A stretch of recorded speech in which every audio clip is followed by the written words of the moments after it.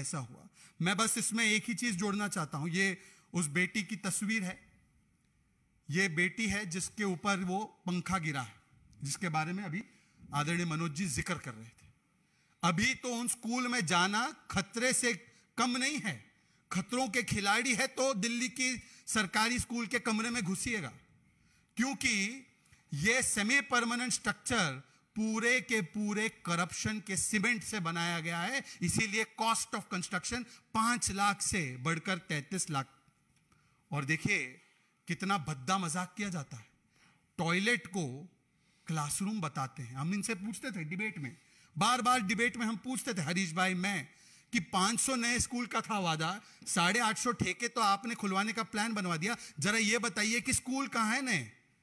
कहां है ये स्कूल जहां पर प्रिंसिपल है, ग्राउंड है, साइंस कॉमर्स सिखाते हैं, जहां पर ईडब्ल्यूएस को सीट देते हैं? कहां है ये स्कूल जहां पर 40,000 से ज्यादा टीचर के पोजीशन वेकेंट है, 22,000 गेस्ट टीचर नहीं है? कहां है ये स्कूल? दिखाइए तो, एक तो स्कूल दिखाइए। तो ये बताते थे हमने क्लासरूम बना दिए, हमने क्लासरूम बना दिए। ये क्लासरूम क्यों बना रहे थे ये भी समझ में आ रहा है, परंतु अब पता चल रहा है सीवीसी की रिपोर्ट से कि टॉयलेट को क्लासरूम बना रहे, टॉयलेट को क्लासरूम बता रहे। इसीलिए देखिए मैंने 2 तस्वीर इंटरनेट से निकाली है, ये जरा दिखाइएगा केजरीवाल जी को। इसको क्लासरूम कहते हैं। This is classroom. क्लासरूम में ब्लैक बोर्ड होता है, क्लासरूम में बेंच होती है, क्लासरूम में स्टूडेंट बैठते हैं, वहां पर उसको मंदिर कहते हैं हम लोग, उधर शिक्षा दी जाती है। ये क्लासरूम है, जरा दिखा दीजिएगा ये classroom. This is how classroom looks. और ये है टॉयलेट। टॉयलेट में जो है दरवाजा होता है, टॉयलेट सीट होती है, फ्लोर होती है, मग्गा होता है, ये सारी चीजें होती है। तो क्लासरूम और टॉयलेट अलग अलग होते हैं। कृपया करके टॉयलेट को क्लासरूम गिनाकर अपनी उपलब्धि ना दिखाएं। अगर ऐसी ही वर्ल्ड क्लास एजुकेशन मॉडल है जहां पर टॉयलेट को क्लासरूम बताया जा रहा है तो भगवान बचाए हमारे बच्चों को। परंतु आज सवाल सिर्फ इतना है कि मत कहो अत्याचार अत्याचार, मत करो असेंबली में ड्रामा और दुराचार, और यह बताओ कि क्यों किया शराब और शिक्षा में इतना व्यापक भ्रष्टाचार। मित्रों आप प्रश्न पूछ सकते हैं। अरुण दामा सीएम। मनोज जी, परसों मनीष सिसोदिया ने एक प्रेस कॉन्फ्रेंस की थी, दोनों चीज़ों पे उन्होंने साइंस पॉलिसी पे भी और एजुकेशन पे जो आप लोग बात उठा रहे हैं, उन्होंने कहा था कि 14 घंटे तक मेरे घर पे रेल पर इतने दिन हो गए, अभी तक कुछ पता नहीं चला मेरे घर से क्या निकला। दूसरा उन्होंने कहा कि भारत सरकार ने 72,000 सरकारी स्कूल बंद कर दिए और वो प्राइवेट स्कूल्स को प्रमोट कर रहे हैं। जब आप लोग इसकी बात करते हैं कि देखिए ये लोग आजकल जो कार्य कर रहे हैं और जिस प्रकार से मुद्दे को डाइवर्ट करते हैं, हालांकि उनकी मास्टरी है, वो इशू डाइवर्टिंग मास्टर हैं, लेकिन इनके स्कूलों में 16,400 से ज्यादा शिक्षकों का अभाव है।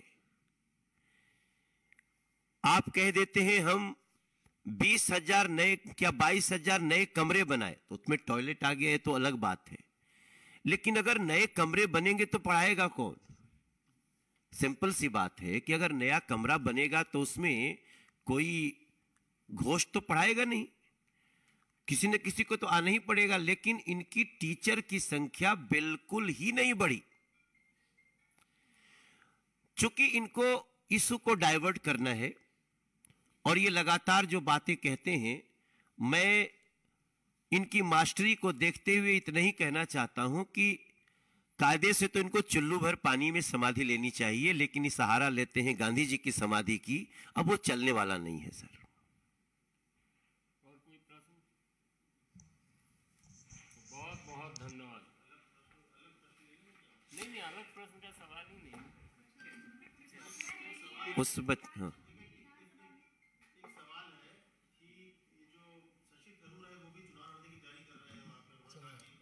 चलिए धन्यवाद धन्यवाद। आपसे फिर मिलेंगे हम लोग बाहर।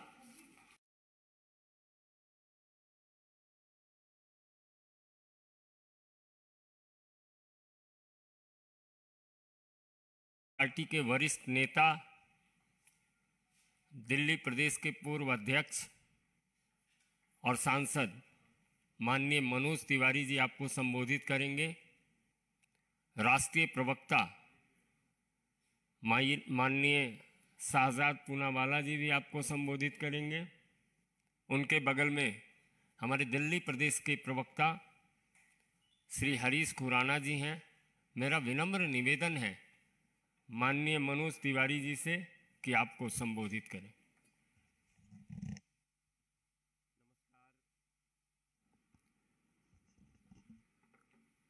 आम आदमी पार्टी अरविंद केजरीवाल गैंग के भ्रष्टाचार की भूख ऐसी है साथियों, जो खत्म होने का नाम ही नहीं ले रही है।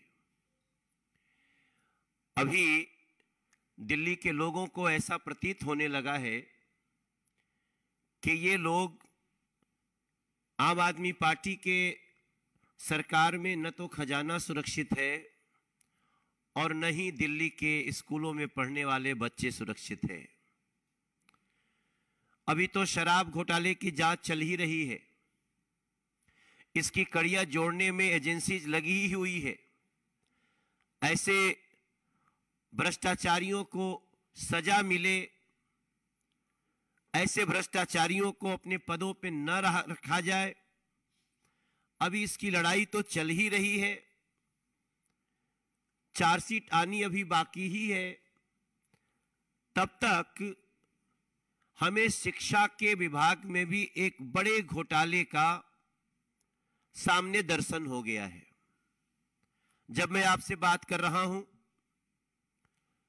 संजय जी ने जो परिचय दिया, हमारे साथ शहजाद पूनावाला जी, दिल्ली को और देश को जान करके बहुत दुख होगा कि दिल्ली की स्कूल में पढ़ने वाली एक बच्ची के ऊपर चलता हुआ पंखा गिर गया। नांगलोई की वो बच्ची इस समय अस्पताल में जीवन और मौत से जूझ रही है। अभी भी उसकी स्थिति चिंताजनक है। ठीक 2 मिनट पहले भी मेरी वहां उपस्थित लोगों से बात हुई है। लेकिन सवाल उठता है कि ये पंखा गिर क्यों जाता है? ये गिरने का सिलसिला ऐसा क्यों चल रहा है दिल्ली में? अरविंद केजरीवाल गैंग का चरित्र तो गिर ही रहा है, बच्चों के ऊपर पंखे गिर रहे हैं। अभी तो किसी दिन यह भी समाचार आ सकता है कि स्कूल का आधा हिस्सा ही गिर गया। कई ऐसे स्कूल हैं जो मैं विजिट करके भी आपके सामने खड़ा हूं। सर्वोदय कन्या विद्यालय, मलकागंज का विद्यालय ऐसा ही है, कोई जाकर के देख ले। और ऐसे ऐसे कम से कम 400 विद्यालय हैं जो कभी भी गिर सकते हैं। पंखा क्यों गिर रहा है? अगर इसका छोटा सा हम आपको डिटेल्स दें तो शायद आपको याद आए, हमने एक केस किया है। हरीश खुराना ने, प्रवेश वर्मा ने, नीलकांत बख्शी, ये सब लोग इसमें कंप्लेनेंट है। और हमारी उस कंप्लेन को लोकायुक्त महोदय ने भी माना कि इसमें गड़बड़ी है और चीफ सेक्रेटरी से जांच की रिपोर्ट मांगी गई है। लेकिन आपको याद होगा, हम लोगों को ये आवाज उठाने के कारण हमारे ऊपर मानहानि का मुकदमा दायर कर दिया। मनीष सिसोदिया, जो करप्ट नंबर 1, जिनको दिल्ली में एक्यूज नंबर 1 सब कह रहे हैं। और उसी केस में जब आती है जानकारी की रिपोर्ट दिया जाए, तो रिपोर्ट जो सामने आती है आप सबको चौंका देगी। हमने केस किए थे कि 5 लाख रुपए के कमरे 25 लाख में बन रहे हैं। 5 का 25, ऐसा दिल्ली के लोग सन्न थे। लेकिन जब ये रिपोर्ट आई है तो आप सभी को जान करके दुख होगा कि ये रिपोर्ट कह रही है कि ये 5 का 25 नहीं, ये 5 लाख का 33 लाख है। ये 5 का 33 हो गया है। ये हमारे दिल्ली के विद्यालयों की शिक्षा की व्यवस्था। जो कमरा बन सकता है 5 लाख में, वो इन्होंने बनाया 33 लाख में। और ये हम नहीं कह रहे, ये रिपोर्ट है। इस रिपोर्ट को पढ़ने के बाद कोई भी चौंक जाएगा कि जिस शिक्षा की बात करते हैं उसका देखिए स्थिति क्या है। आप जान के हैरान रह जाएंगे कि इन लोगों ने नंबर ऑफ रूम्स बढ़ाने के लिए, उस लूट को बढ़ाने के लिए टॉयलेट को भी कमरों का नाम दे दिया। मैं समझता हूं दिल्ली नहीं, पूरे दुनिया में यह अनोखी लूट हुई होगी जहां कमरे बनाने में 5 का 33 तो हो रहा है, लेकिन टॉयलेट को भी कमरा में गिन लिया गया। यह रिपोर्ट कह रही है in 194 schools 1214 toilets were constructed. Toilets were counted and projected as classrooms by Delhi government. भ्रष्टाचार की ऐसी भूख, मैं समझता हूं यही कारण है जहां आज एक बच्ची जीवन मौत से जूझ रही है, चलता हुआ पंखा गिर जा रहा है। अगर इस देश में, दिल्ली में कोई भी सुनेगा दिल्ली के स्कूल में बच्चे पढ़ रहे होते हैं तो पंखा गिर जाता है, उस अभिभावक की स्थिति क्या होगी? दिल्ली सरकार में स्कूल में पढ़ाने वाले अभिभावकों की स्थिति क्या होगी? और यह पहली बार नहीं हुआ है, यह पहले भी कई बार हुआ है, लेकिन उसके बाद भी बड़े बेशर्मी से इसको सर्वश्रेष्ठ ऐसे लोगों को पुरस्कृत करने की बात करते हैं लोग। आपको जान के दुख होगा, अभी तो शुक्र है बेटी की जान अभी लगता है कि बच सकती है, मगर इसके ऊपर उनका जवाब नहीं आएगा। मनीष सिसोदिया, अरविंद केजरीवाल गैंग का जवाब इस पे नहीं आएगा। आपको जानकर के हैरानी होगी कि ये सेमी परमानेंट स्ट्रक्चर बनाते हैं स्कूलों में, जिसके कारण पंखे गिरते हैं। अब सवाल उठता है, what is semi permanent structure?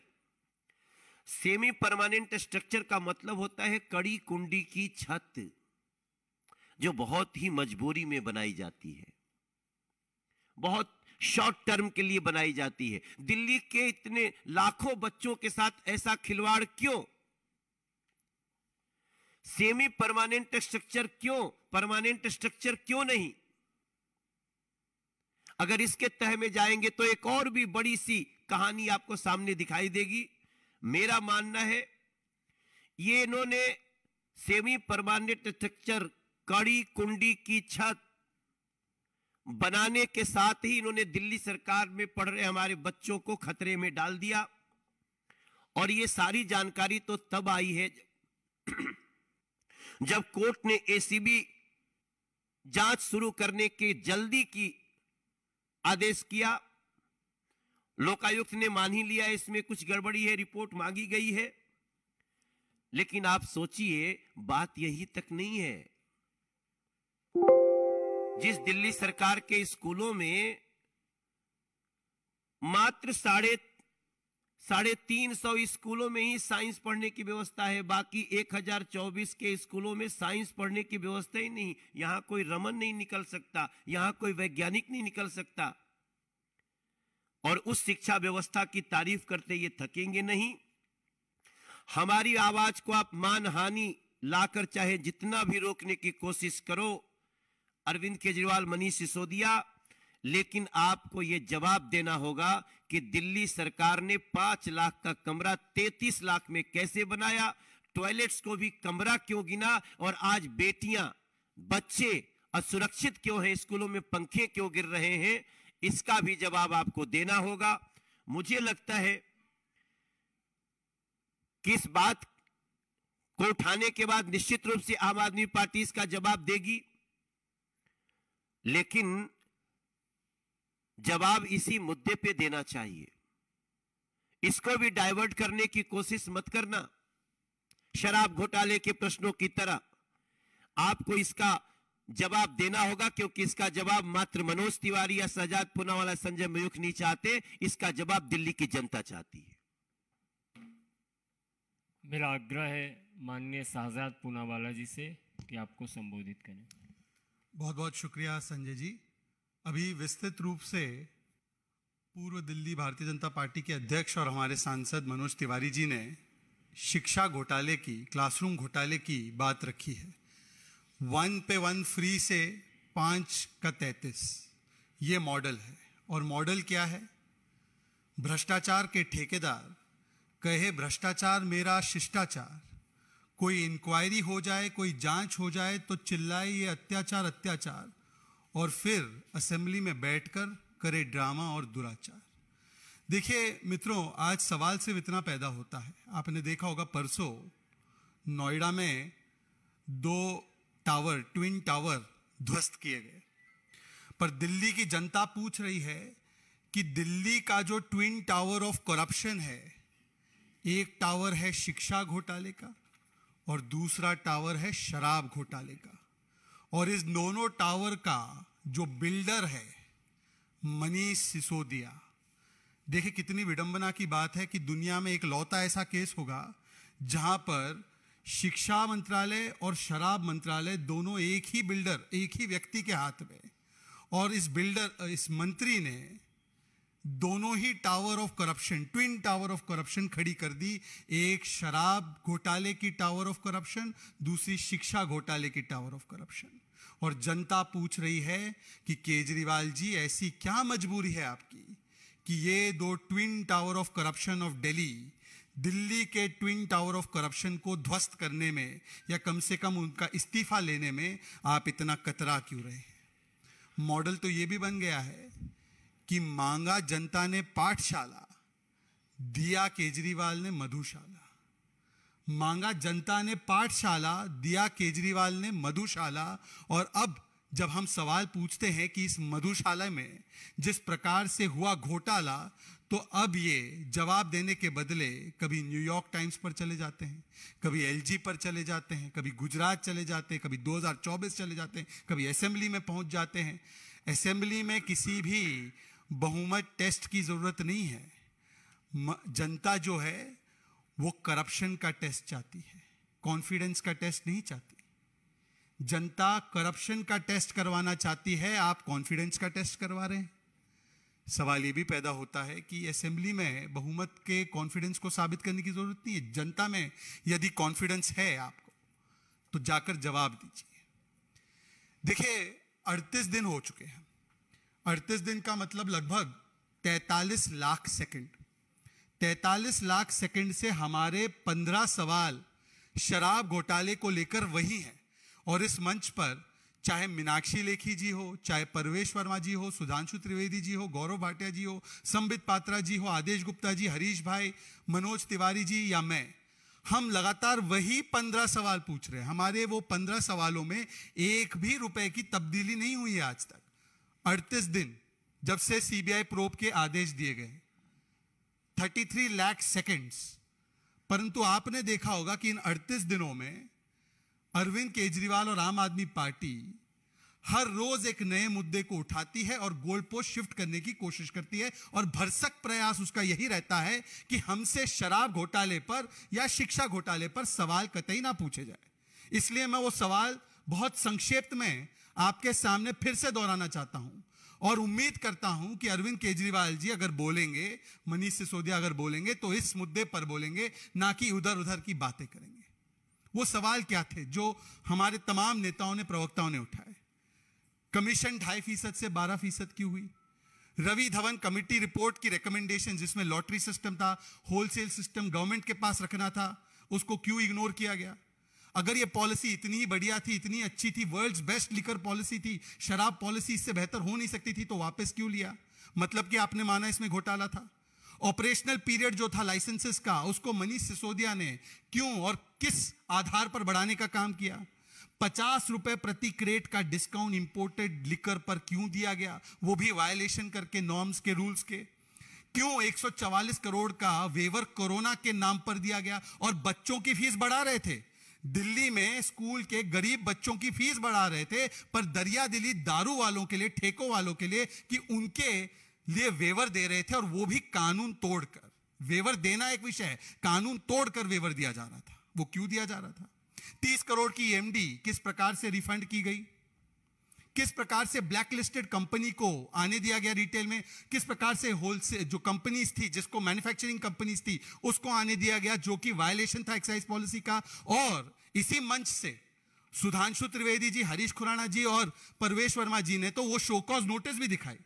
वो शोकॉज नोटिस थी जो कि एक ब्लैकलिस्टेड कंपनी को दी गई थी, 2021 अक्टूबर में दी गई थी कि इस कंपनी ने वायलेशन किया है। इसके ऊपर आज तक क्या कार्रवाई की excise department of Manish Sisodia ने? कोई कार्रवाई नहीं की, क्योंकि पंजाब के लिए उनको वहां से आ रहा था इनकमिंग, पंजाब चुनाव के लिए इनकमिंग शराब माफिया से आ रहा था। तो अपनी ही सरकार के द्वारा दिए गए नोटिस पर कोई कार्रवाई नहीं की। एक आंकड़ा आपको मैं बताना चाहता हूं, बार बार मनोज तिवारी जी ने बताया है कि दारू की सेल तो भरपूर बढ़ी, 70-80% विस्की वाइन सबकी सेल बढ़ी, सरकारी खजाने में सेंध लगी। और किस प्रकार से सेंध लगी, आप ही के मीडिया वालों ने इसको एनालाइज करके बताया है। अगर 750 ml की बोतल हो, और इन चीजों में आम आदमी पार्टी ज्यादा समझती भी होंगी इन चीजों को, 750 ml की बोतल हो जिसकी कॉस्ट 550 रुपए की हो, तो इसमें ओल्ड पॉलिसी के तहत ठेके वाले को 33 रुपए मिल रहे थे और सरकारी खजाने में 330 रुपए आ रहे थे। ठेके वाले को 33 रुपए, सरकारी खजाने में 330 रुपए। चलिए, कम से कम सरकारी खजाने में आता है तो गरीबों के लिए खर्च किया जा सकता है। और जो नई पॉलिसी लाई केजरीवाल जी एंड कंपनी ने, और वो केजरीवाल जी एंड कंपनी ने ऐसी पॉलिसी लाई कि ठेके वाले को 33 रुपए के बदले 363 रुपए मिलने लगे। 1000 गुना का मुनाफा, 1000 गुना का सुपर प्रॉफिट मिला। और सरकार को 330 रुपए 750 ml की बोतल पे मिलते थे, उसको मात्र 8 रुपए। 4000% का नुकसान, मतलब 4000% का नुकसान सरकार का करवाकर 1000% प्रॉफिट करवाया। इसको मैं कहता हूं रिवर्स रॉबिनहुड। रॉबिनहुड की कहानी तो बच्चों ने आपकी सुनी होगी, आपने सुनी होगी। रॉबिनहुड अमीरों से लेकर गरीबों को देता था। दिल्ली में रिवर्स रॉबिनहुड है। ये गरीबों का पैसा मारकर ये शराब माफियाओं की जेबें भर रहे थे, शराब माफियाओं की जेबें भर रहे थे, और वो भी कोरोना काल में। देखिए, मैं इसीलिए कह रहा हूं कि ये जो ट्विन टावर्स ऑफ करप्शन है दिल्ली में, इसमें हर रोज एक नया फ्लोर बढ़ते जाता है। भारत रत्न मिले ना मिले, भ्रष्टाचार का रत्न मिलना तय है। जिस प्रकार से एक के बाद एक नया तल भ्रष्टाचार का बनाया जाता है इनके द्वारा। अभी अभी इन्होंने वर्णन किया है कि शिक्षा घोटाला कैसा हुआ। मैं बस इसमें एक ही चीज जोड़ना चाहता हूं। ये उस बेटी की तस्वीर है, ये बेटी है जिसके ऊपर वो पंखा गिरा है, जिसके बारे में अभी आदरणीय मनोज जी जिक्र कर रहे थे। अभी तो उन स्कूल में जाना खतरे से कम नहीं है। खतरों के खिलाड़ी है तो दिल्ली की सरकारी स्कूल के कमरे में घुसिएगा, क्योंकि यह सेमी परमानेंट स्ट्रक्चर पूरे के पूरे करप्शन के सीमेंट से बनाया गया है। इसीलिए कॉस्ट ऑफ कंस्ट्रक्शन 5 लाख से बढ़कर 33 लाख। और देखिए कितना भद्दा मजाक किया जाता है। टॉयलेट को क्लासरूम बताते हैं। हम इनसे पूछते थे डिबेट में, बार बार डिबेट में हम पूछते थे, हरीश भाई मैं, कि 500 नए स्कूल का था वादा, 850 ठेके तो आपने खुलवाने का प्लान बनवा दिया। जरा ये बताइए कि स्कूल कहां है नए? कहां है ये स्कूल जहां पर प्रिंसिपल है, ग्राउंड है, साइंस कॉमर्स सिखाते हैं, जहां पर ईडब्ल्यूएस को सीट देते हैं? कहां है ये स्कूल जहां पर 40,000 से ज्यादा टीचर के पोजीशन वेकेंट है, 22,000 गेस्ट टीचर नहीं है? कहां है ये स्कूल? दिखाइए तो, एक तो स्कूल दिखाइए। तो ये बताते थे हमने क्लासरूम बना दिए, हमने क्लासरूम बना दिए। ये क्लासरूम क्यों बना रहे थे ये भी समझ में आ रहा है, परंतु अब पता चल रहा है सीवीसी की रिपोर्ट से कि टॉयलेट को क्लासरूम बना रहे, टॉयलेट को क्लासरूम बता रहे। इसीलिए